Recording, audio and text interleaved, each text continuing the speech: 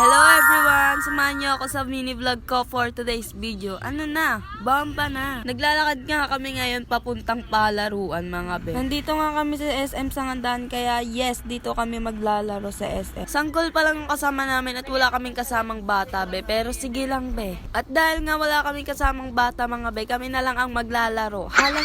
Maya-maya lang din mga mima ko ay lumabas na kami sa palaruan. Sabi ko nga mga be is magpalamig kami pero ayaw nila ng palamig.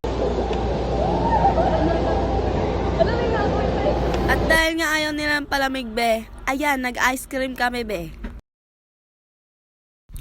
Ang sarap nga ng tulog ng baby Drake namin kaya ayan, for the chismisan lang kami ng mare ko. Halar! Bakit nga natitignan? Kasi bata ang natatawa na si ate. At ito nga in-order namin, soda float. Maya-maya lang din be, tapos na rin gawin ni ate yung soda float natin kaya ayan. Pakak na pakak si ate girl, Thank you po. Napagod. Natawa nga kami sa sinabi ni ate kaya yung tawa namin be, grabe. Oh my god. Picture lang tayo mga be, then pupunta na tayo ulit sa palaruan. For the go. Bago nga pumasok ay model muna siya ng damo, parang FF mo lang. Hala. Then ngayon is magpapapalit na tayo dito sa machine na to ng token be. Ito nga yung mga pinaglalaruan namin mga be, at di kami manalo-nalo dito kasi nga may daya be. Parang hindi niya nasusungkit be. So may kasama pala kaming bata at siya yun. Hala, bata, oh my god. Hindi nga siya nagtagumpay kaya ayan be. At pagtapos niya be ako din, hindi ako magwawauli be. Siyempre ako na to. Hala, ganda-ganda nga ng iebab.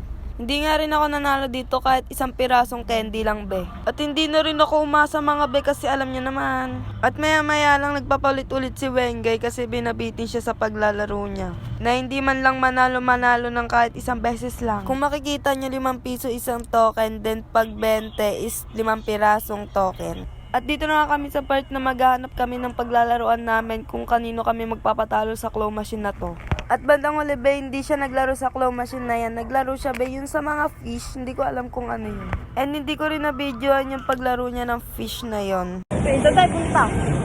Okay, dito. Kain tayo ng lugaw. Mag-elevator na nga lang kami mga bet. Naglalakad na kami papuntang elevator. Ha? Ano daw? Lalabas na nga kami sa mall na to and kakain kami ng lugaw.